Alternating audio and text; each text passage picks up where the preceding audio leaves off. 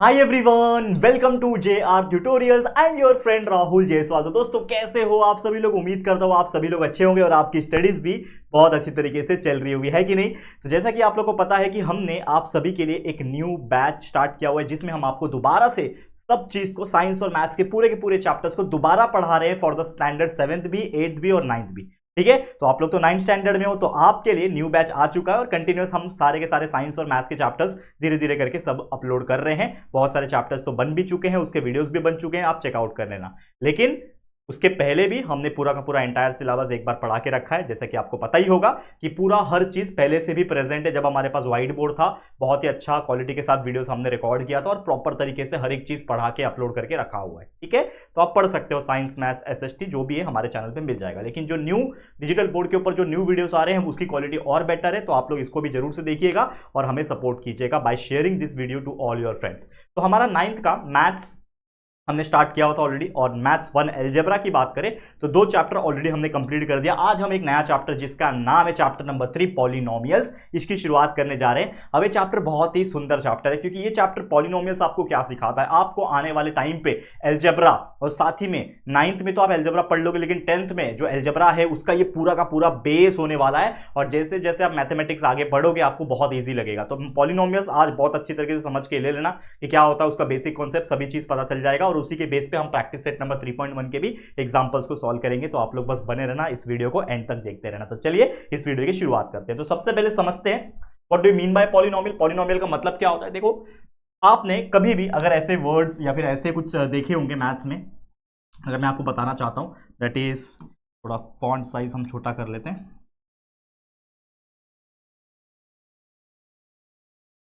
देखो, अगर आपने ऐसा देखा होगा x square plus 4x plus 2, इस प्रकार के ऐसे कुछ वर्ड्स देखे होंगे आपने मैथमेटिक्स में, तो इसी चीज को पॉलिनोमियल्स कहा जाता है। मतलब डेफिनेशन पॉइंट ऑफ अगर मैं बात करूं कि in an algebraic expression if the power of the variables are whole number, यानी कि आपको बहुत सारे नंबर और उसके साथ में कोई वेरिएबल चिपके हुए नजर आए, नंबर्स और वेरिएबल आपस में चिपके हुए हैं, देखो 4x चिपके हुए, और उस वेरिएबल के ऊपर कोई पावर लिखा हुआ नजर आएगा, चाहे वो 2 हो, 4 हो, 5 हो, 6 हो, कुछ भी हो। लेकिन कंडीशन ये है कि वो वेरिएबल्स के ऊपर जो पावर होंगे वो होल नंबर होने चाहिए। होल नंबर मतलब 0 1 2 3 4 5 6 7 8 से करते करते इंफिनिटी तक होने चाहिए, पॉइंट में नहीं होने चाहिए।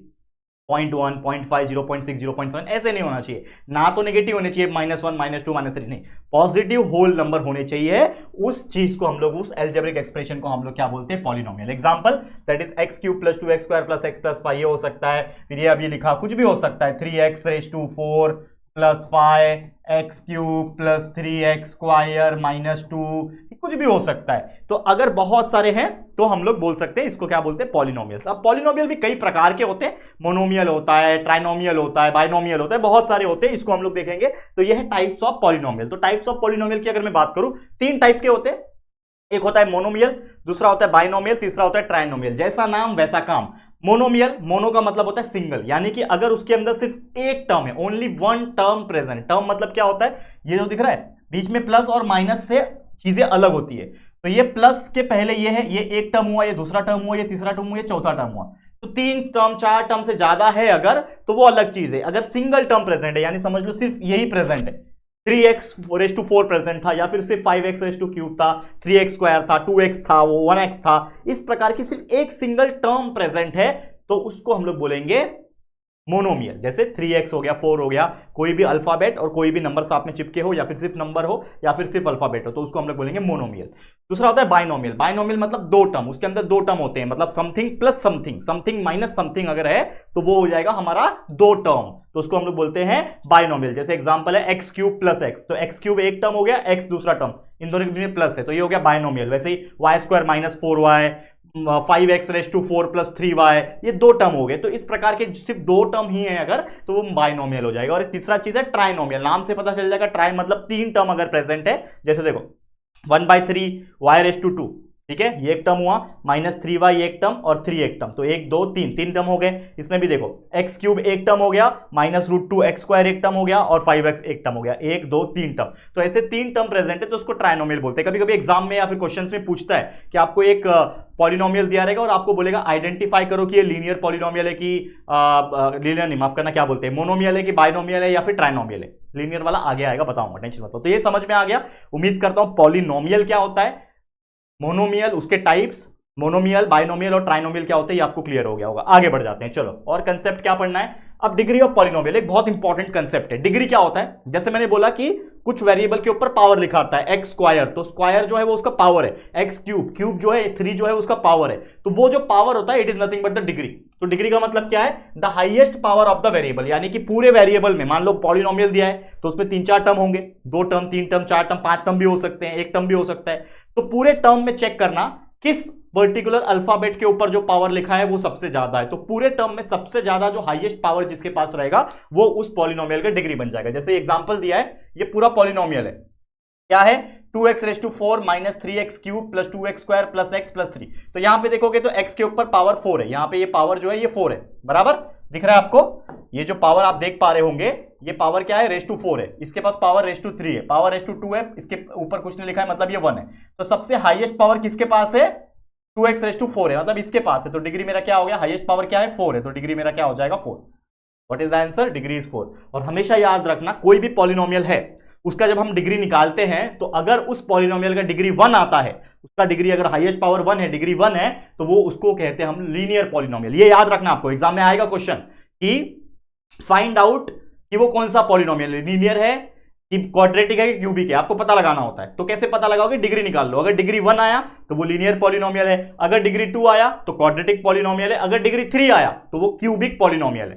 समझ में आ गया, क्लियर है। तो इस प्रकार की चीजें होगी, आपको याद रखना है। और इस पॉलिनोमियल्स को लिखने का एक स्टैंडर्ड फॉर्म होता है, हर एक का एक स्टैंडर्ड फॉर्म होता है। जब आप आगे के स्टैंडर्ड में जाओगे तो आपको पता चलेगा, और भी बहुत सारी चीजें हैं जिसका एक स्टैंडर्ड फॉर्म होता है, मतलब एक लिखने का एक पद्धत होता है, एक तरीका होता है, ठीक है। तो ये स्टैंडर्ड फॉर्म जो होता है वो हमेशा होता है ax³ + bx² + cx + d, यानी सबसे हाईएस्ट पावर को पहले लिखा जाता है, उससे कम वाले को उसके बाद में, मतलब डिसेंडिंग ऑर्डर में, power in the descending order. जैसे यहां पे लिखा है, देखो ये 2x⁴ पहले लिखा, फिर क्यूब वाले को उसके बाद में लिखा, फिर स्क्वायर वाले को उसके बाद में, फिर 1 वाले को उसके बाद में, और सबसे लास्ट में नंबर जो अकेला रहता है उसको लास्ट में लिखना होता है। तो इस प्रकार की जो चीजें हैं वो की जाती है। समझ में आ रहा है बच्चा, क्लियर है। तो स्टैंडर्ड फॉर्म ये जो दिख रहा है आपको, ये उसका क्या है, स्टैंडर्ड फॉर्म है। और एक कंडीशन है कि सबसे पहला जो a होता है, यानी पहला जो नंबर होता है, जो कोएफिशिएंट है x का, कोएफिशिएंट मतलब पता है, जैसे मान लो कि ये दिया हुआ है 5x, ठीक है, तो ये 5x है, प्लस समझ लो ये x² है, ये 4x है, प्लस 5 है। तो इसमें आपका जो x दिया है इसका कोएफिशिएंट है 5, यानी कि अगर कोई भी वेरिएबल के साथ कोई नंबर चिपका होता है तो इसको कहा जाता है कोएफिशिएंट। क्या कहा जाता है, कोएफिशिएंट। क्या कहा जाता है, कोएफिशिएंट। तो इस केस में x का कोएफिशिएंट 5 है, इस केस में x का कोएफिशिएंट 4 है। याद रहेगा, ये सब चीजें छोटी छोटी चीजें हैं जो आपको बाय हार्ट करके चलनी है, क्योंकि प्रैक्टिस सेट जब हम स्टार्ट करेंगे, अभी थोड़ी देर में स्टार्ट करने वाले प्रैक्टिस सेट, तो ये सभी चीज आपको वहां यूज होने वाला है, करेक्ट। तो यहां पे देखो, तो ये स्टैंडर्ड फॉर्म है, a ≠ 0 होना चाहिए, मतलब जो कोएफिशिएंट होगा वो 0 नहीं होना चाहिए, क्योंकि 0 हो गया तो ये टर्म ही चला जाएगा, तो जरूरी है वो चीज, पावर डिसेंडिंग ऑर्डर में होना चाहिए। तो एग्जांपल है, यहां पे अगर आप देखोगे, एक एग्जांपल लाया हूं मैं, एग्जांपल है x - 4x² + 7 + x⁴। तो यहां पे देखो टेढ़े मेढ़े अरेंजमेंट है, ये पावर यहां लिखा हुआ है x⁴, ये इधर है, ये 7 बीच में है, ये अलग है, तो इसको हम स्टैंडर्ड फॉर्म में लिखेंगे। तो स्टैंडर्ड फॉर्म में कैसे लिख सकते हैं हम लोग, देखो स्टैंडर्ड फॉर्म। तो सबसे पहले कोई भी पॉलिनोमियल अगर आता है उसको सॉल्व करने के लिए उसको स्टैंडर्ड फॉर्म बना दो। स्टैंडर्ड फॉर्म मतलब जो हाईएस्ट पावर है उसको पहले लिखो। तो यहां पे सबसे बड़ा हाईएस्ट पावर 4 वाला है, तो इसको मैं पहले लिखूंगा x⁴। उसके बाद 3 वाला चाहिए, तो 3 वाला तो है ही नहीं, उसके बाद लिखो 2 वाला, तो -4x² लिख दिया, -4x²। उसके बाद स्क्वायर के बाद आता है 1, मतलब 2 के बाद 1 आता है, तो 1 किसके पास है, x⁴। x⁴ मतलब x होता है ना, तो ये +x और लास्ट में जो नंबर बच जाता है वो +7। तो इसको हमने इस प्रकार, यानी इस क्वेश्चन को हमने इस प्रकार स्टैंडर्ड फॉर्म में लिख दिया। अब स्टैंडर्ड फॉर्म में लिखने के बाद और 2 फॉर्म होते हैं जिसके ऊपर क्वेश्चंस आते हैं, यानी कि आपको एक पॉलिनोमियल दिया रहेगा और आपको बोलेगा इसको स्टैंडर्ड फॉर्म बनाओ, या फिर स्टैंडर्ड फॉर्म दिया रहेगा और आपको बोलेगा इंडेक्स फॉर्म बनाओ। तो ये इंडेक्स फॉर्म क्या होता है, तो इसी चीज को इंडेक्स फॉर्म में कैसे लिख सकते हो आप। तो इंडेक्स फॉर्म क्या होता है, जो चीज अवेलेबल नहीं है उस पॉलिनोमियल में उसको 0 करके लिखो, उसको 0 करके लिखो। कैसे बताता हूं, देखो यहां पे x⁴ है, सेम टू सेम लिख दो x⁴। उसके बाद कायदे के हिसाब से, नंबरिंग सिस्टम के हिसाब से x⁴ के बाद ऐसा नंबर आना चाहिए जिसका पावर 3 होता, लेकिन यहां पे डायरेक्ट 2 आ रहा है, मतलब x⁴ आ गया ना, पावर की बात हो रही है यहां पे, पावर, ये पूरा चैप्टर पावर का खेल है डिग्री का। तो x⁴ के बाद x�3 आना चाहिए, मतलब x³ वाली टर्म आना चाहिए, लेकिन यहां पे तो x³ वाला टर्म है ही नहीं, क्वेश्चन में ही नहीं है। तो हम अगर उसको लिखें 0x⁵, तो क्या कुछ फर्क पड़ेगा, क्योंकि 0x⁵ मतलब 0 ही है। और अगर मैं किसी चीज को प्लस कर दूं, 0 माइनस कर दूं, 0 कुछ फर्क पड़ने वाला है ओरिजिनल वाले को? नहीं। तो इसीलिए हमने क्या किया, इस इंडेक्स फॉर्म का मतलब यह होता है कि अगर उस पॉलिनोमियल में कोई चीज मिसिंग है तो उसको 0 के साथ मल्टीप्लाई करके लिख दो। जैसे हमारे पास x³ नहीं था, x⁴ के बाद x³ आना चाहिए, लेकिन यहां पे डायरेक्ट x² वाला टर्म है, तो हम x³ वाले टर्म को लिख देंगे 0x³ और उसके बाद बाकी वाले को सेम टू सेम लिख दो, दैट इज 4x² प्लस 4 3 फिर 2 और फिर x आ गया x⁴ प्लस 7। तो इस प्रकार से लिख सकते हो। बीच में भी कोई टर्म मिसिंग होता तो उसको भी 0 लगा के कर देते। तो इस फॉर्म को हम लोग बोलते हैं इंडेक्स फॉर्म। याद रहेगा, समझ में आ गया, बहुत ईजी है, इजी है। अब एक आखिरी फॉर्म है जिसको बोलते हैं कोएफिशिएंट फॉर्म, इसको भी समझ लो। कोएफिशिएंट फॉर्म, कोएफिशिएंट का मतलब मैंने बताया कि जो भी वेरिएबल के साथ नंबर अटैच होता है उस नंबर को कोएफिशिएंट बोलते हैं। कोएफिशिएंट फॉर्म का मतलब होता है इस इंडेक्स फॉर्म के अंदर, याद रखना किसके अंदर, इंडेक्स फॉर्म के अंदर जो भी नंबर है उसको लिख दो कॉमा डाल के, बस और कुछ नहीं। क्या करना है, इंडेक्स फॉर्म के अंदर जो भी नंबर है उसको लिख दो। ये x⁴ है, नंबर क्या है इसके पास, कोएफिशिएंट कुछ नहीं है, मतलब आगे 1 होता है ना। ये x⁴ है बच्चा, देखो ध्यान से, ये x⁴ है, मतलब क्या, ये 1x⁴ है ना, ये एक x⁴ है, इसका मतलब ये इसका कोएफिशिएंट 1 है ना, इसके पास 1 है ना, समझ में आ रहा है बच्चा। इसके पास तो 0 है तो कॉमा 0, ये x के पास क्या है -4 कॉमा -4 कॉमा, ये x के पास कुछ नहीं है मतलब 1 है, ये 7 है डायरेक्ट तो 7 लिख दो, ब्रैकेट क्लोज। इसी को हम लोग बोलते हैं कोएफिशिएंट फॉर्म। क्या कहते हैं बच्चा, कोएफिशिएंट फॉर्म कहते हैं। बहुत इजी है, इसी प्रकार से कोई भी गिवन पर्टिकुलर क्वेश्चन को हम सॉल्व कर सकते हैं। तो ये सारे के सारे कॉन्सेप्ट हमने लगभग 10 मिनट के अंदर कवर कर लिए। अब सीधा आपको मुद्दे पे लेके चलता हूं जो कि है हमारा प्रैक्टिस सेट। तो चलिए शुरू करते हैं हमारे प्रैक्टिस सेट नंबर 3.1। और बहुत ही बड़ा है, टाइम लगेगा, लेकिन आप लोग का मैं पूरा उम्मीद करता हूं कि आपको बहुत अच्छे से समझाऊंगा और आप लोग ये वीडियो पूरा एंड तक देखोगे तो ही क्लियर होगा। तो ध्यान लगा के देखना, ईच एंड एवरीथिंग डिटेल में बताने वाला हूं। तो चलिए शुरू करते हैं हम लोग हमारा प्रैक्टिस सेट। चलो शुरू करें। सबसे पहले ध्यान देना क्या बोल रहा है, क्वेश्चन नंबर 1, स्टेट पॉलिनोमियल्स और नॉट। हमें बोल रहा है कि आपको ये देखना है पॉलिनोमियल जो दिए हुए हैं और आपको बताना है क्या ये पॉलिनोमियल है भी या नहीं। और मैंने रूल बताया था स्टार्टिंग में जब मैंने पढ़ाया था, पॉलिनोमियल कब हो सकता है कोई, जब उसका जो पावर होगा, यानी जो डिग्री होगा, जो पावर जिसको हम लोग बोलते हैं रेज़ टू जो आता है, वो एक प्रॉपर होल नंबर होगा। बराबर, यही पढ़ा था डेफिनेशन में, देखो वापस पहले पेज पे आ जाओ, यही पढ़ाया था मैंने। What do you mean by polynomial? Polynomial कब हो सकता है, if the power of the variable are whole number, यानी raise to cube, raise to square, ऐसा कुछ होगा तो ही पॉलिनोमियल है। ठीक है, चलो देखते हैं। अब यहां पे y प्लस 1/y, इसको मैं कैसे लिख सकता हूं, it can be written as y plus 1/y। का मतलब क्या होता है, 1/y को मैं लिख सकता हूं y⁻⁻1। बराबर ना, ये आपको पता है कि नहीं पता है। देखो कभी भी याद रखना, y के ऊपर कुछ नहीं लिखा है मतलब y के ऊपर 1 है, y के ऊपर कुछ नहीं लिखा है मतलब y के ऊपर पावर 1 है। लेकिन अगर इसको 1/y कर दूं, इसी चीज को मैं 1/y कर दूं, तो ये एक्चुअल में क्या है, 1/y⁻1 का मतलब क्या है, y के ऊपर कुछ नहीं है मतलब 1 है ना, तो 1/y⁻1। और इसको मैं कैसे लिख सकता हूं, अगर ये y⁻1 ऊपर जाएगा तो रिवर्स होगा, तो रिवर्स होगा मतलब y⁻1 का उल्टा हो जाएगा y⁻1। इसीलिए इस 1/y की जगह पे मैं लिख सकता हूं y⁻1। और हमेशा जैसे मैंने आपको बताया था कि कभी भी डिग्री में, किसी भी पावर में नेगेटिव नंबर आ गया मतलब होल नंबर नहीं है, तो मैं क्या बोल सकता हूं कि वो एक पॉलिनोमियल नहीं है। तो हम लोग क्या बोल सकते हैं, therefore it is not a polynomial. क्यों नहीं है, रीजन भी बताना है, क्यों नहीं है उसका रीजन भी बताना है। रीजन क्या है, यहां पे लिखता हूं मैं, रीजन क्या है, रीजन ये है बच्चा कि 1/y या फिर द पावर, ऐसा लिखो, द पावर, ऐसा लिखो, the power of 1/y is not whole number, is not whole number. क्योंकि जैसे हमने डेफिनेशन में पढ़ा कि भाई कोई भी वेरिएबल का अगर पावर होल नंबर है तो ही वो पॉलिनोमियल है, अगर वो होल नंबर नहीं है तो पॉलिनोमियल नहीं हो सकता, इसके लिए पॉलिनोमियल नहीं है। अगला क्वेश्चन देखो, 2 - 5√x। तो यहां पे अगर आप देखोगे 2 - 5√x को, तो 2 - 5√x का मतलब क्या होता है आपको पता ही है, ये मैंने आपको 7th स्टैंडर्ड में पढ़ाया हुआ है। याद है कि नहीं, 7th में पढ़ा था, एक चैप्टर था हमारा क्यूबिक, क्या बोलते हैं, इंडाइसेस एंड क्यूब रूट वाला चैप्टर। तो आपको पता है ना, स्क्वायर रूट ऑफ समथिंग क्या होता है, उसका raise to 1/2। Cube root of something क्या होता है, raise to 1/3। Fourth root of anything क्या होता है, उसका नंबर रेज टू 1/4। मतलब जितना रूट रहेगा उतना 1/, हो जाता है वो, ठीक है। तो इसका मतलब भी वही रहने वाला है बच्चा, ध्यान देना इस चीज को, समझो अच्छे से तरीके से। यानी ये रूट एक्स को मैं कैसे लिख सकता हूं, एक्स रेज टू, ये मल्टीप्लाई में है, एक्स रेज टू 1/2 लिख सकता हूं। तो हम लोग क्या बोल सकते हैं, 2 - 5 मल्टीप्लाई में एक्स रेज टू 1/2, तो एक्स का पावर 1/2 है, तो हम लोग बोल सकते हैं भाई it is not a polynomial. Whole number नहीं है ना, क्या ये पावर 1/2 होल नंबर है क्या, नहीं ना भाई, तो it is not a polynomial. Reason लिखो, रीजन क्या है, रीजन क्या है, the power of x root x, the power of root x is not a whole number, is not a whole number। ठीक है, समझ में आ गया बच्चा, क्लियर। आगे बढ़ो, यहां पे देखो x² + 7x + 9। तो यहां पे अगर आप देखोगे तो ये डायरेक्ट दिया हुआ है, तो यहां पे लिखोगे, यहां पे जो हाईएस्ट पावर है वो 2 है, मतलब पॉजिटिव है। तो हम लोग बोल सकते हैं कि भाई यहां पे जो भी मेरा हाईएस्ट पावर है, क्योंकि देखो डेफिनेशन हमारा वही बोलता है ना, डेफिनेशन क्या बोलता है कि द पावर ऑफ वेरिएबल होना चाहिए कितना, होल नंबर, माफ करना आगे आ गया, हाँ ये वाला। तो यहां पे अगर आप देखोगे तो यहां पे जो इसका होल नंबर है, मतलब क्या बोलते हैं, वेरिएबल का जो पावर है वो होल नंबर है, यहां पे भी होल नंबर। तो हम लोग बोल सकते हैं here the power of variables are whole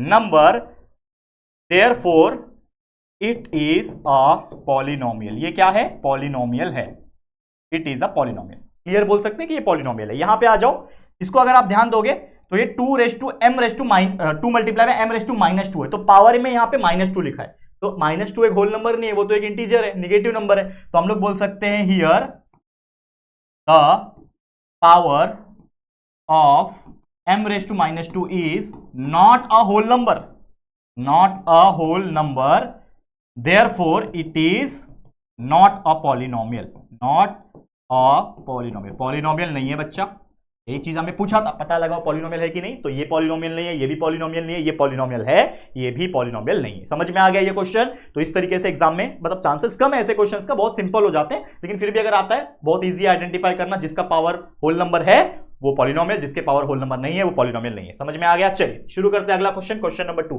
right the coefficient of m³। ये तो है सिंपल क्वेश्चन है, बस कोएफिशिएंट बताना है। m³ जहां पे दिख गया उसका, उसके बाजू में जो नंबर रहेगा वो लिख दो। ये m³ है, इसके बाजू में कुछ नहीं है, मतलब 1 होता है, तो इसका मतलब द कोएफिशिएंट, लिखो ऐसा, the coefficient of m³ is equal to 1। ठीक है, इज इक्वल मत लिखो, इज लिखो, इज 1, इज 1, यहां पे कुछ नहीं है, मतलब 1। यहां पे the coefficient of m³ is, यहां पे क्या आएगा, m³ किधर दिख रहा है, ये m³ है, m³ के बाजू में क्या है, √3 है, तो √3 क्या हो जाएगा, ये इसका कोएफिशिएंट हो जाएगा। मतलब जो भी नंबर रहेगा वो लिख दो, m³ के बाजू में √3 है तो ये उसका कोएफिशिएंट हो गया। इसके बाजू में ये लिखो, the coefficient of m³ is dash. तो m³ किधर दिख रहा है, ये रहा है m³, इसके बाजू में नंबर क्या है, -2/3, ये उसका कोएफिशिएंट बन गया। समझ में आ गया, देख सकते हो आप कितना सिंपल है। तो ऐसे क्वेश्चंस भी कम ही पूछते हैं, खाली कोएफिशिएंट पूछ रहा है, आधे मार्क्स का, 1 मार्क्स का जो भी है आपको पूछेगा तो आप लिख सकते हो आराम से। चलो नेक्स्ट क्वेश्चन देखते हैं। अगला क्वेश्चन क्या बोल रहा है, राइट पॉलिनोमियल इन x के फॉर्म में लिखना है। ये थोड़ा अपने मन से वाला क्वेश्चन है, मतलब अपने मन से आप लिख सकते हो, कैसे, ध्यान देना इस चीज को समझो, ठीक है ना, इस चीज को समझो, एक सेकेंड क्लियर हो गया। यहां पे ध्यान देना जो मैं बताने की कोशिश कर रहा हूं। चलो क्या बोल रहा है, मोनोमियल विद डिग्री 7, मतलब कोई मोनोमियल लिखना है जिसका डिग्री 7 हो, तो कोई भी ले सकते हो। जैसे मोनोमियल मतलब क्या होता है, सिंगल टर्म, तो सिंगल टर्म मतलब ले लो 4x और उसका डिग्री 7 ले लो, 4x⁻7, तो ये हो गया मोनोमियल हो गया जिसका डिग्री 7 है।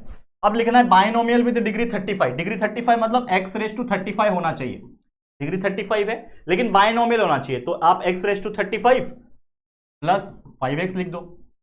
अपने मन से कुछ भी लिख सकते हो भाई, ये लिख दिया, बन गया ना बाइनोमियल, ये एक टर्म जिसका डिग्री 35 है, लिख दिया, खत्म।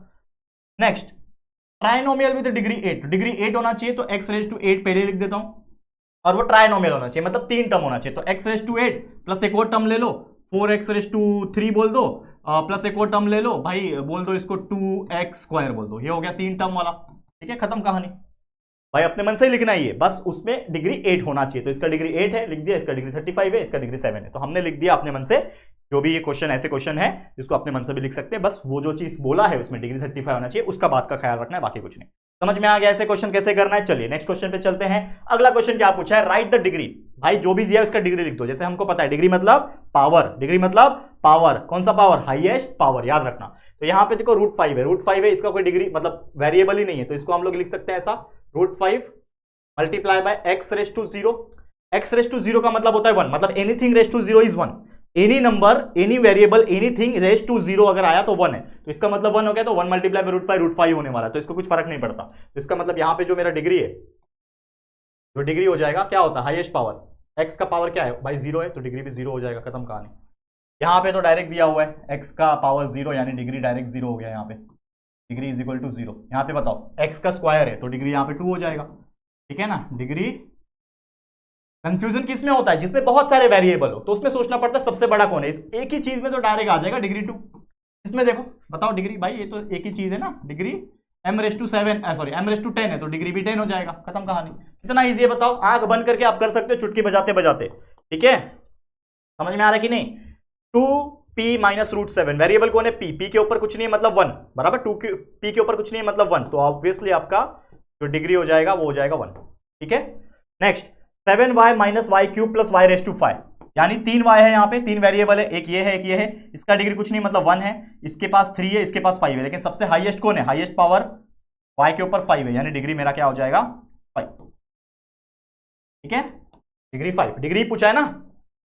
अब यहां पे देखो, अगर कभी भी आपको ऐसे क्वेश्चंस दिखते हैं जिसमें 1 2 3 वेरिएबल मल्टीप्लाई हो साथ में, कोई भी 1 2 वेरिएबल साथ में मल्टीप्लाई हो, 3 वेरिएबल साथ में मल्टीप्लाई हो, 4 वेरिएबल मल्टीप्लाई हो, तो इसमें जो डिग्री है ना, इसमें फाइंड करने का थोड़ा तरीका अलग है। इसमें डिग्री कैसे फाइंड करते हैं बताता हूं। इसमें डिग्री फाइंड होता है प्लस से, एडिशन से। कैसे? ये x के ऊपर कुछ नहीं है मतलब 1, y के ऊपर कुछ नहीं है मतलब 1, z के ऊपर कुछ नहीं है मतलब 1, इस x के ऊपर कुछ नहीं है मतलब 1, y के ऊपर कुछ नहीं है मतलब 1। ठीक है, और z तो बेचारा अकेला है, कुछ नहीं है 1। तो यहां पे जो पावर है, power of X Y Z जो है यहां पे, ये क्या हो जाएगा? इसका पावर 1 है, इसका पावर 1 है, तो ये 1 1 1, यानी 1 + 1 + 1 हो जाएगा, यानी 3 हो गया। इसका इस टर्म का पावर जो है वो 3 हो गया।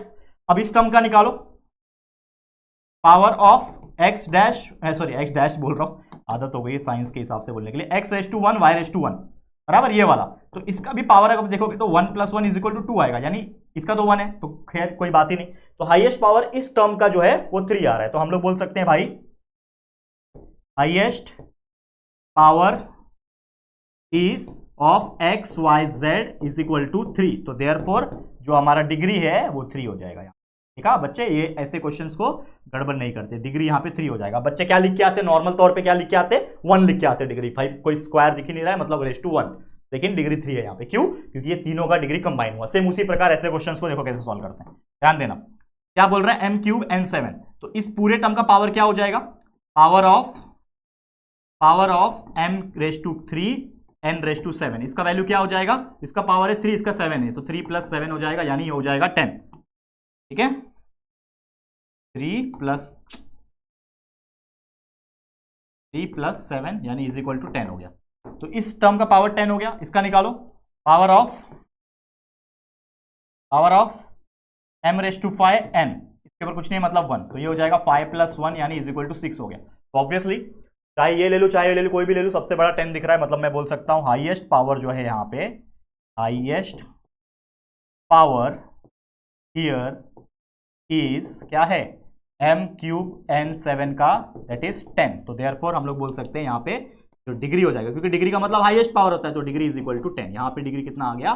10 हो गया। यही चीज हमें पूछा था। तो इस प्रकार से कोई भी क्वेश्चन आने दो, कैसे भी आने दो, आपको डिग्री निकालना है because of highest power. Highest power देखो, लिख दो, समझ में आ गया। और ऐसे क्वेश्चन से सावधान हो जाना, गलती मत करके आना। ऐसे क्वेश्चंस में कंबाइन करना होता है पावर को, और उसके बाद डिग्री निकालना होता है। समझ में आ गया? क्लियर? चलिए नेक्स्ट क्वेश्चन पे चलें। अगला क्वेश्चन क्या बोल रहा है? Classify into the linear, quadratic और क्यूबिक पॉलिनोमियल। याद है मैंने बताया था, अगर डिग्री 1 आए तो लीनियर, डिग्री 2 आए तो क्वाड्रेटिक, डिग्री 3 आए तो क्यूबिक, वही करना है और कुछ नहीं। पहले हम डिग्री निकालेंगे। तो यहाँ पे अगर आप देखोगे तो हाईएस्ट पावर क्या है, इसके हिसाब से डिग्री निकलेगा। तो हियर डिग्री कितना आएगा, ये पूरे टर्म का डिग्री क्या है, हाईएस्ट कौन है 2, x⁻², पावर 2 है हाईएस्ट, डिग्री 2 हो गया। तो देयरफॉर ये क्या है, इट इज अ क्वाड्रेटिक। मैंने बताया था जब डिग्री 2 आता है तो वो बन जाता है क्वाड्रेटिक पॉलिनोमियल। बहुत ईजी है भाई। नेक्स्ट 5p, 5p ठीक है, 5p के ऊपर कुछ नहीं मतलब 1, तो यहाँ पे डिग्री कितना है, डिग्री मतलब कितना है 1 है ना, p के ऊपर कुछ नहीं मतलब 1 ना, तो डिग्री मेरा हाईएस्ट पावर 1 हो गया। तो therefore it is a, degree 1 होता है तो कौन सा पॉलिनोमियल होता है, लीनियर होता है। तो it is a linear polynomial. कितना इजी है यार, ठीक है, समझ में आ रहा है। तीसरा देखो, √2y, √2y - 1/2, y के ऊपर कुछ नहीं मतलब 1, तो यहां पे भी जो डिग्री आएगा भाई वो 1 है, तो इसका मतलब ये भी क्या है, it is a linear polynomial. Easy है बच्चा, बहुत इजी है, आगे बढ़ते रहो। यहां पे देखो हाईएस्ट पावर कैसे निकालेंगे, m³ है, m² है, ये m के ऊपर कुछ नहीं मतलब 1 है, तो ऑब्वियसली यहां पे भी आप देखने मिलेगा ये 3, ये 2, ये 1, तो हाईएस्ट पावर इन तीनों में m³ के पास है, मतलब मेरा जो डिग्री हो जाएगा, डिग्री यहां पे भी हो जाएगा 3। तो देयरफॉर ये क्या है, इट इज अ, डिग्री जब 3 आता है तो वो क्या बनता है, क्यूबिक पॉलिनोमियल बनता है। तो it is a cubic polynomial. ये कौन सा पॉलिनोमियल है, क्यूबिक पॉलिनोमियल है। समझ में आया। a² भाई कुछ है ही नहीं, डिग्री 2, सीधा सीधा लिख दो, डिग्री क्या है 2 है ना, पावर कितना है 2 है, तो देयरफॉर ये क्या है, it is a quadratic polynomial. खत्म कहानी। और एक लास्ट वन है 3r³, तो यहां पे r का क्यूब लिखा हुआ है, बराबर, r के ऊपर क्यूब है मतलब पावर 3 है, मतलब डिग्री मेरा 3 हो गया। देयरफॉर जब डिग्री 3 होता है तो ये क्या बन जाता है, it is a cubic polynomial. बताओ यार कितना फास्ट हमने किया, विद इन मुझे लगता है 1 मिनट के अंदर ये 6 के 6 एग्जांपल सॉल्व कर दिया। तो क्या ऐसे क्वेश्चंस आपके एग्जाम में जब पूछे जाएंगे जिसमें आपको पूछा रहेगा कि भाई लीनियर है कि क्वाड्रेटिक है कि क्यूबिक है, बताओ, तो बता नहीं सकते। इतना ईजी है, बस आपको मेहनत करना है और जितने भी एग्जाम्पल हो सके सॉल्व करते रहना है कंसेप्ट के साथ। ठीक है, क्लियर है, प्रैक्टिस करोगे, कमेंट करके बताओ यार, इतना मेहनत कर रहा हूं आप लोग के लिए, तो यार थोड़ा तो अच्छा कमेंट करो, कुछ एप्रिसिएशन दो। ठीक है, समझ में आ गया। तो चलिए आगे बढ़ जाते हैं, नेक्स्ट क्वेश्चन पे चलते हैं। अगला क्वेश्चन क्या बोलता है, right polynomials in standard form. Standard form में लिखना है। देखें स्टैंडर्ड फॉर्म क्या होता है, बताया था स्टैंडर्ड फॉर्म क्या होता है, जो पावर होते हैं उसको डिसेंडिंग ऑर्डर में लिखना प्रॉपर तरीके से। तो वही चीज करना है यहां पे। इसको कैसे लिखोगे, तो देयरफॉर द स्टैंडर्ड फॉर्म,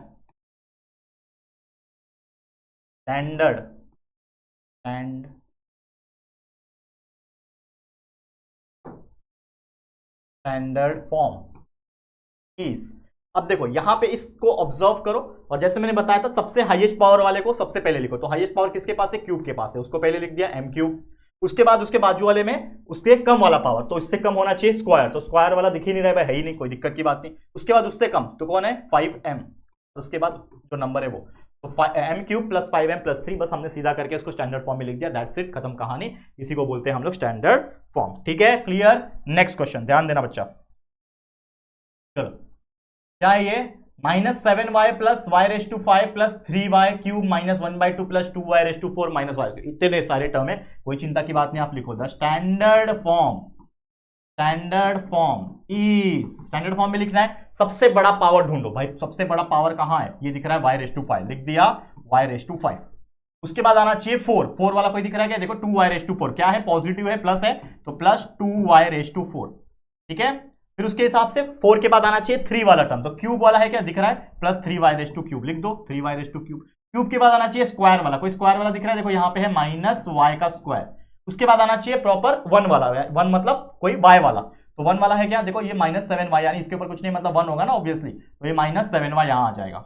और लास्ट में जो नंबर बच जाता है वो, तो नंबर क्या है यहाँ पे -1/2 आ गया, खत्म कहानी, that's it, this is your standard form. आराम से लिख दिया, बताओ कितना टाइम लगा।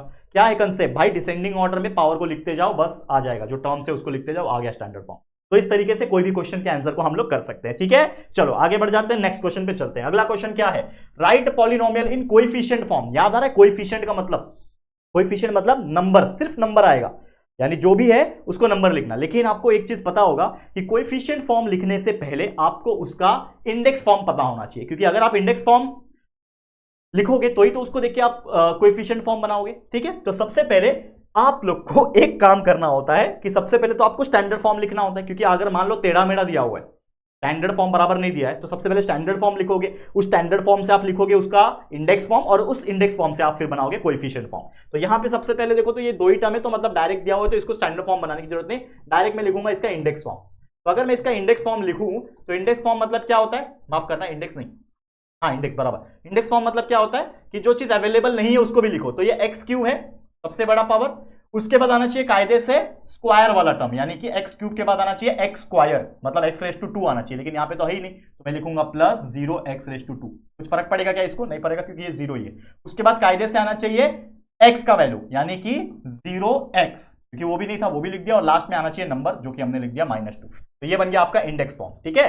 अब इंडेक्स फॉर्म जब बन जाता है बच्चा, उसके बाद आपको लिखना होता है उस चीज का कोएफिशिएंट फॉर्म जो कि एक्चुअल में हमें चाहिए। तो कोएफिशिएंट फॉर्म क्या होता है, उसी इंडेक्स फॉर्म को आपको देखना है, उसी इंडेक्स फॉर्म को देखना है और बस उसका कोएफिशिएंट को ब्रैकेट में कॉमा डाल के लिखना है। तो एक्स क्यूब का कोएफिशिएंट कुछ नहीं है, मतलब यहाँ पे 1 है तो 1 लिख दिया, कॉमा एक्स स्क्वायर का कोएफिशिएंट 0 है तो लिख दिया 0, कॉमा इस एक्स का कोएफिशिएंट है 0 लिख दिया, और कॉमा ये -2 लास्ट में लिख दिया और ब्रैकेट क्लोज कर दिया। This is nothing but your coefficient form जो हमें पूछा था। कितना इजी है बताओ। क्या दिमाग में लगना चाहिए कि अगर कोई पॉलिनोमियल दिया है, सबसे पहले तो ये चेक करो कि वो प्रॉपर अरेंज है कि नहीं। अब जब अरेंज होगा तो अच्छी बात है, लेकिन जब अरेंज नहीं होगा तो उसको पहले स्टैंडर्ड फॉर्म बनाना पड़ेगा। स्टैंडर्ड फॉर्म बना लेंगे, उसके बाद उसका निकालेंगे इंडेक्स फॉर्म, यानी जो चीज मिसिंग है उसको 0 के फॉर्म में लिख दो, और उसके बाद हम लिखेंगे लास्ट में आपका कोएफिशिएंट फॉर्म। चलो देखो यहाँ पे 5y अकेला बेचारा क्या करेगा, अकेला है, इंडेक्स फॉर्म क्या हो जाएगा, वो अकेला ही रहेगा भाई, उसको कुछ करने की जरूरत ही नहीं, डायरेक्ट लिख दो आपका कोएफिशिएंट का कुछ, क्योंकि कुछ है ही नहीं ना, तो डायरेक्ट कोएफिशिएंट फॉर्म लिख सकते हो आप लोग, इसका कुछ है ही नहीं, कोएफिशिएंट फॉर्म डायरेक्ट हो जाएगा जो कि है ब्रैकेट में सिर्फ और सिर्फ 5। ठीक है, समझ में आ गया। 5,0 भी लिख सकते हो, 5,0 ऐसा भी लिख सकते हो, कोई दिक्कत की बात नहीं है, तो आपको कोई परेशानी नहीं है। तो कोएफिशिएंट फॉर्म जो है इस प्रकार से आप कर सकते हो, कोई दिक्कत नहीं है।